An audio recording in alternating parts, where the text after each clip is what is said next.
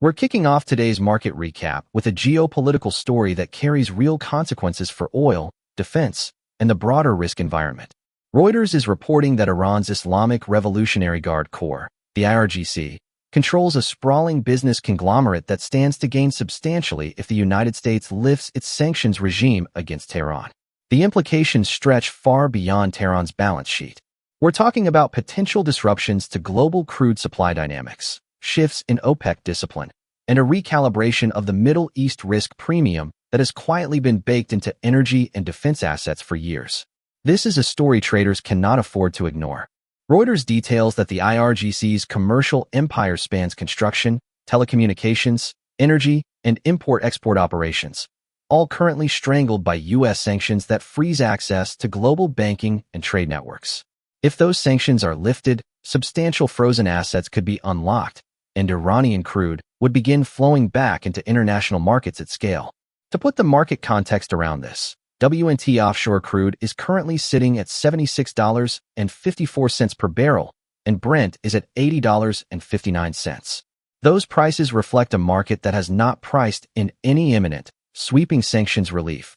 Traders are treating this as a gradual, deeply uncertain process rather than a near-term binary event with a clear resolution date. Here is the real driver that goes beyond the headline. OPEC's ability to manage oil prices through coordinated production cuts depends heavily on Iranian compliance and goodwill. If the IRGC's commercial interests are normalized through sanctions relief, Iran has every economic incentive to increase crude output, effectively undercutting OPEC plus discipline. That dynamic would push WNT offshore toward the lower end of current trading ranges, a meaningful shift for energy sector margins. Meanwhile, the geopolitical risk premium embedded in gold, which is trading at $4,172.90 today, would continue to erode as Middle East tail risk scenarios get repriced lower by institutional desks. Let's name the tickers directly affected. On the energy side, the energy sector as the sector ETF is the clearest expression of this trade. Sanctions relief that brings Iranian crude back online would pressure domestic producer margins for Chevron and ConocoPhillips, though both benefit from volume normalization if the supply shock is managed gradually. Marathon Petroleum as a refiner is more nuanced. Lower crude input costs could actually expand crack spreads. The most counterintuitive impact may fall on RTX and the broader defense sector. If Middle East tensions structurally de-escalate, the geopolitical premium supporting defense procurement budgets gets questioned. The VIX at 16.40, down 11.06% today, confirms equity markets are in a decidedly risk-on posture heading into this uncertainty. Here are the specific levels and catalysts to monitor closely. For WNT offshore crude, the $75 floor is critical support. A sustained break below that level signals markets are pricing in meaningful Iranian supply returning to global markets. On the upside, a push through $82 on WNT offshore would indicate the sanctions relief trade has stalled and geopolitical premium is being rebuilt. For gold at $4,172.90, watch the $4,100 support closely. A breach there on declining the VIX would confirm the risk-off premium is fully unwinding. On rates, the 10-year Treasury yield sits at 4.45%. Any oil-driven inflation surprise in the higher end of current ranges could push that yield higher, complicating the Fed's already delicate guidance on rate cut timing through the remainder of this year. The actionable bottom line here is straightforward. The market is not pricing in rapid, sweeping sanctions relief. WNT offshore at $76.54 and the VIX at 16.40 tell you that. But the asymmetry is worth structuring around. If relief accelerates, the energy sector long calls capture the energy rotation while gold short hedges offset the safe haven unwind. If sanctions hold or tighten, oil spikes and gold reclaims higher resistance levels, flipping the entire playbook. Watch diplomatic headlines out of Vienna and Washington as the primary catalyst. So that's where the Iran sanctions story sits today, a slow-burning geopolitical trade with very real market consequences. Coming up, a story moving one of the most closely watched sectors in the entire market right now. And we turn now from equities to the crude market, where a geopolitical development is sending ripples across energy desks this morning. 3 Iranian tankers carrying approximately 5 million barrels of crude oil have successfully exited a U.S. Navy blockade for the first time in months, a move that has shipowners watching Hormuz Strait in what they are calling wary disbelief. This is the kind of development that reshuffles supply assumptions overnight, and the crude market is already reacting in real time.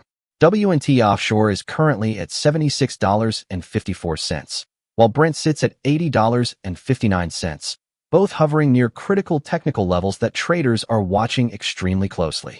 The hard fact here is deceptively simple, but geopolitically enormous.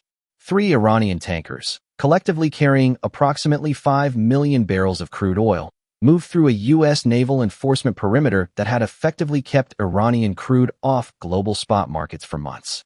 This is not a routine shipping movement. The U.S. Navy blockade had been functioning as a de facto sanctions enforcement mechanism, creating artificial supply scarcity that supported oil prices globally.